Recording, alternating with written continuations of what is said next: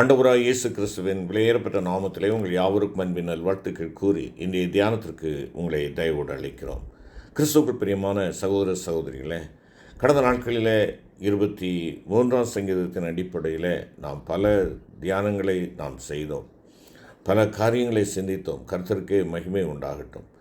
ஏற்கனவே ஆரம்பத்தில் நான் சொன்னது போல 22ஆம் சங்கீதம் நல்ல மெய்ப்பனாக தேவன் தன்னுடைய ஜீவனையே சிலுவையில் கொடுத்து உன்னையும் என்னை மீட்டுக்கொள்ளுகின்றதை வெளிப்படுத்துகிறது என்பதை பார்த்தோம். 23ஆம் சங்கீதம் பெரிய மெய்ப்பராக, அந்த நல்ல மெய்ப்பன் பெரிய மெய்ப்பராக நம்மை வழிநடத்துகிற அவருடைய கோலும் தடியும் குறித்து நாம் தியானித்தோம். தொடர்ந்து 24ஆம் சங்கீதத்தை பார்ப்போம் என்றால் பிரதான மெய்ப்பனை குறித்து இங்கே பார்க்கின்றோம். பிரதான மெய்ப்பருடைய செயல்பாடுகளாக இங்கே காணப்படுகிறது.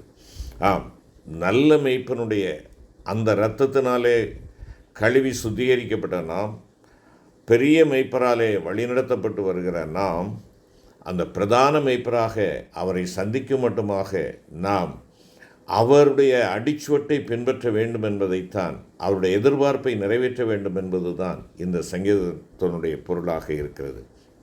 பேதுரு அப்போஸ்தலன் தன்னுடைய 1 நிருபம் 5ஆம் அதிகாரம் 4வது வசனத்திலே சொல்லுகின்ற பொழுது, அப்படி செய்தால் பிரதான மெய்ப்பர் வெளிப்படும் போது மகிமையுள்ள வாடாத கிரீடத்தை பெறுவீர்கள் என்று சொல்லுகிறார். அப்படி செய்தால் பிரதான மெய்ப்பர் நமக்கு வாடாத கிரீடத்தை கொண்டு வருகிறார். அந்த கிரீடத்தை நம்முடைய தலையை ஏற்றுக்கொள்வதற்கு, நாம் அவைகளை பெற்று ஆசீர்வதிக்கப்படுவதற்கு அப்படி செய்தால், எப்படி செய்தால், அதைத்தான் அங்கே 2 மற்றும் 3வது வசனத்திலே அவர் சொல்லுகிறதை நாம் பார்க்கலாம். நீங்கள் மேய்ப்பர்களாய் இருங்கள் என்பதாக சொல்லுகிறார். ஆட்டுக்குட்டியாக இம்மட்டுமாய் தேவனால் வழிநடத்தப்பட்டு வருகிற நீங்கள் மேய்ப்பர்களாய் இருங்கள். பிறரை விசாரியுங்கள். விசுவாசிகளை விசாரிக்கக்கூடியவர்களாக நாம் இருக்க வேண்டும்.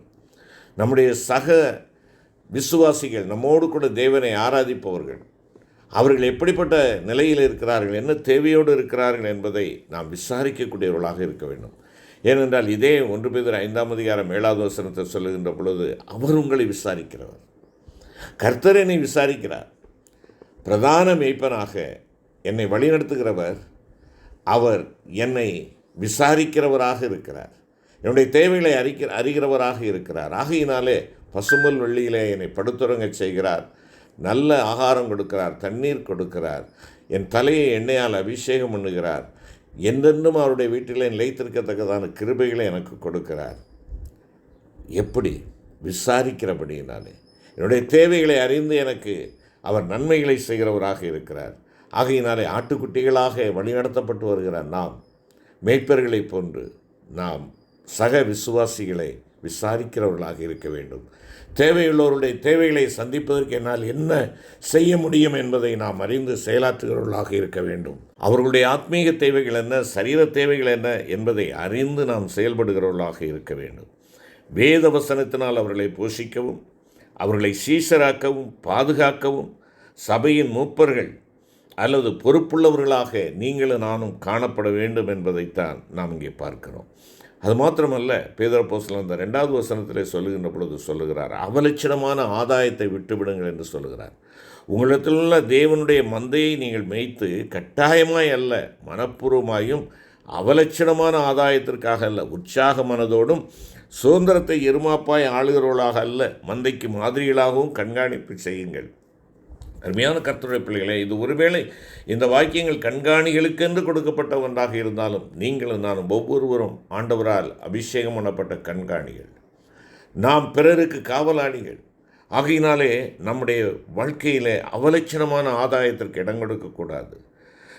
போதகர்களும் சபை தலைவர்களும் ஆபத்தான 2 முக்கிய பாவங்களை குறித்து மிக வெளிப்போடு இருக்க வேண்டும் என்பதைத்தான் ஆண்டவருடைய வார்த்தை சொல்லுகிறது. 1 தீமோத்தேயு 3ஆம் அதிகாரத்திலே 3 மற்றும் 8வது வசனத்திலேயும், தீத்து 1ஆம் அதிகாரம் 7ஆம் வசனத்திலேயும் நாம் பார்க்கின்ற பொழுது பண ஆசை குறித்து எச்சரிக்கையாக இருக்க வேண்டும் என்பதை குறிப்பிடுகிறார்.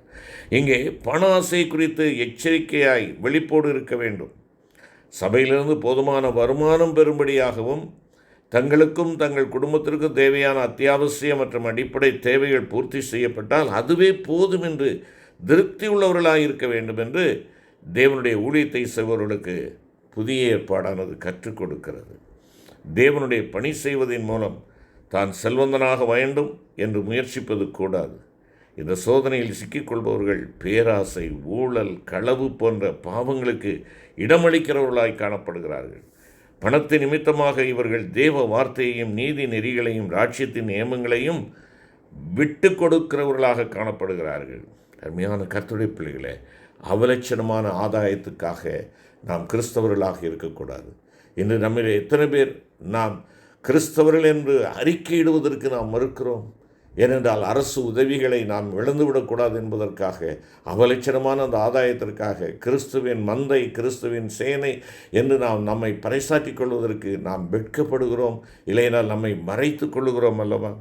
இரண்டாவது ஒரு காரியம் இங்கே நாம் பார்க்கின்ற பொழுது பார்ப்போம் என்றால், அவலட்சணமான ஆதாயம் என்று சொல்கின்ற பொழுது பதவி ஆசை. பதவியை பற்றதான பேராசை உடையவர்கள் தங்களின் அதிகார பலத்தை பயன்படுத்தி தாங்கள் எந்த அதிகாரத்திற்கு கீழ்ப்படிய வேண்டுமோ அதற்கு மேலாக தங்களை உயர்த்த முயல்கிறவர்களாக காணப்படுகிறார்கள். ஆனால் போதகர்கள் சபையாகிய மந்தைக்கு முன்மாதிரியாக கிறிஸ்துவின் அடிமையாய் தாழ்மையோடு சேவை செய்து நீதியை பற்றி கொண்டு வேதத்தின் மேல் உள்ள பற்றுதலாலும் ஜபத்திலேயும் காண்பிக்கும் உறுதியிலேயும் நாம் சபையை நடத்த வேண்டும். அருமையான விசுவாசியே, உனக்கும் எனக்கு அந்த பொறுப்பு உண்டு. நீ நானும் காவலாளி. நீங்களும் நானும் பிறரை ஆண்டவரிடமாய் வழிநடத்த வேண்டிய போதகர்கள், கற்றுக் கொடுக்க வேண்டியவர்கள், சீசராக்க வேண்டியவர்கள். சீசராக்கிற பணியிலே நீங்களும் நானும் எவ்விதமாய் காணப்படுகிறோம்? இங்கே 24ஆம் சங்கீதம் சொல்கிறது, அதைத்தான் சொல்கிறது. நீ ரட்சிக்கப்பட்டவன். 22ஆம் சங்கீதம், ரட்சிக்கப்பட்ட நீ, இரட்சகரால் வழிநடத்தப்பட்டு வருகிற நீ, அந்த இரட்சகர் பிரதான மேய்ப்பராக அவர் இங்கே வருகின்றதான வேளையிலே, வானத்திலே அவர் வெளிப்படுகின்ற நாட்களிலே அவரை சந்திப்பதற்கு நீ ஆயத்தமாக இருக்கிறாயா? அவரை சந்திப்பதற்கு ஆயத்தமாக இருக்கிறாயா என்பதைத்தான் இந்த சங்கீதம் நம்மிடத்தில் கேட்கிறது. ஆம், சிலுவையை வெளிப்படுத்தின ஆண்டவர், கோலினாலே வழிநடத்துகிற தேவன் இப்பொழுது கரங்களிலே வாடாத கிரீடத்தோடு வெளிப்படுகிறார். வாடாத மகிமையுள்ள கிரீடத்தை நீயும் நானும் பெற்றுக்கொள்ளும்படியாக கிரீடத்தோடு வருகிறார். அதை பெற்றுக்கொள்ளுகிற அந்த நிலையிலே நாம் இருக்கிறோமா? அப்படி என்றால் இந்த 24ஆம் சங்கீதம் சொல்லுகின்ற காரியம் அதுதான். 7வது வசனத்தை பாருங்கள். வாசல்களே உங்கள் தலைகளை உயர்த்துங்கள், அநாதி கதவுகளே உயருங்கள், மகிமையின் ராஜா உட்பிரவேசிப்பார். பிரதான மேய்ப்பராக வெளிப்படுகிறவர் யார்? மகிமையின் ராஜா. அவர் மகிமையுள்ள ஒரு ராஜா, ராஜாதி ராஜா, கிரீடம் சூட்டினவராய் வெளிப்படுகிறார். அவருக்கு நீயும் நானும் அவரை சந்திப்பதற்கு ஆயத்தமாக இருக்கிறோமா? கிரீடம் சூட்டப்பட்டவராக வருகிற அந்த மகிமையின் ராஜா உனக்கும் எனக்கும் கிரீடத்தை கொண்டு வருகிறார். அந்த கிரீடம் உன்னுடைய தலையிலே சூட்டப்படுவதற்கு நீயும் நானும் எப்படிப்பட்ட நிலையிலே இருக்கிறோம்? அதை பெற்றுக்கொள்ளக்கூடியதற்கான நிலையில் இருக்கிறோமா? அதை நம்மை விட்டு கடந்து போகக்கூடிய ஒரு சூழ்நிலையில் இருக்கிறோமா? எதற்காக வருகிறார்? இந்த கிரீடத்தை, மகிமையின் கிரீடத்தை கூட அணிந்து வருகிற என் ஆண்டவர் வாடாத கிரீடத்தினை கொண்டு வந்து என் தலையில் சூட்டி அவரோடு கூட நித்தியமாய் வாழும்படியாக என்னை அவருடைய சமூகத்தில் அழைப்பதற்காக அல்லவா வருகிறார். நீ நானும் ஆயத்தமாக இருக்கிறோமா? 3வது வசனம் அதைத்தான் சொல்லு. யார் கர்த்தருடைய பர்வதத்தில் ஏறுவார்? யார் அவருடைய பரிசுத்த ஸ்தலத்தில் நிலைத்திருப்பார்? கர்த்தருடைய பர்வதம், அந்த யார் அவருடைய பரிசுத்த ஸ்தலத்தில் நிலைத்திருப்பார்? அருமையான கர்த்தருடைய பிள்ளைகளே, கர்த்தருடைய இரத்தத்தினாலே கழுவப்பட்டது. அந்த கழுவப்பட்ட இரட்சகராக அவரை நான் ஏற்றுக்கொண்ட அந்த அனுபவம், அது மாத்திரம் போதாது, அவருடைய பரிசுத்த சமூகத்தில் அவரோடு கூட நான் தங்கி வாசம் பண்ணுகிற அனுபவம், அதுதான் பரிசுத்த ஸ்தலத்தில் வாசம் பண்ணுவான் அல்லது நிலைத்திருப்பார். ஆம் என்று சொல்லிவிட்டு அடுத்த வசனத்திலே சொல்கிறார், கைகளில் சுத்தமுள்ளவனும் இருதயத்தில் மாசில்லாதவனுமாய் இருந்து தன் ஆத்துமாவை மாயைக்கு ஒப்புக்கொடாமலும் கபடாய் ஆணையிடாமலும் இருக்கிறவனே. இதைத்தான் ஒட்டுமொத்த சுருக்கமாக பேதுரு அப்போஸ்தலன் சொன்னதை நாம் தியானித்தோம். பிரியமான கர்த்தருடைய பிள்ளைகளே, உன் அரசர் வருகிறார். தன்னுடைய அரசவைக்கு உன்னை அழைத்து செல்லும்படியாக வருகிறார். அந்த ராஜ அரண்மனையிலே நீ நானும் அவரோடு வாசம் பண்ணும்படியாக அழைத்து செல்லும்படியாக வருகிறார். He is coming. அவர் வந்து கொண்டிருக்கிறார். நீ ஆயத்தமாக இருக்கிறாயா? நீ ஆயத்தமாக இருக்கிறாயா? அவரோடு கூட வாசம் பண்ணுவதற்கு, அவரோடு கூட அவர் அழைத்து செல்கின்ற பொழுது அவரோடு பின் செல்வதற்கு நீ தகுதியானவனாக இருக்கிறாயா? வந்து கொண்டிருக்கிறார். வெகு வேகமாக வந்து கொண்டிருக்கிறார். காலங்கள் அதை வெளிப்படுத்தி கொண்டிருக்கிறது. அருமையான கர்த்தருடைய பிள்ளையே, நீங்களும் நானும் ஆயத்தமாக இருக்கிறோமா? ஆயத்தமாக இருக்க வேண்டும் என்றால் சுத்தமான கைகள், மற்றும் மாசில்லாத இருதயம் உங்களுக்கும் எனக்கு வேண்டும்.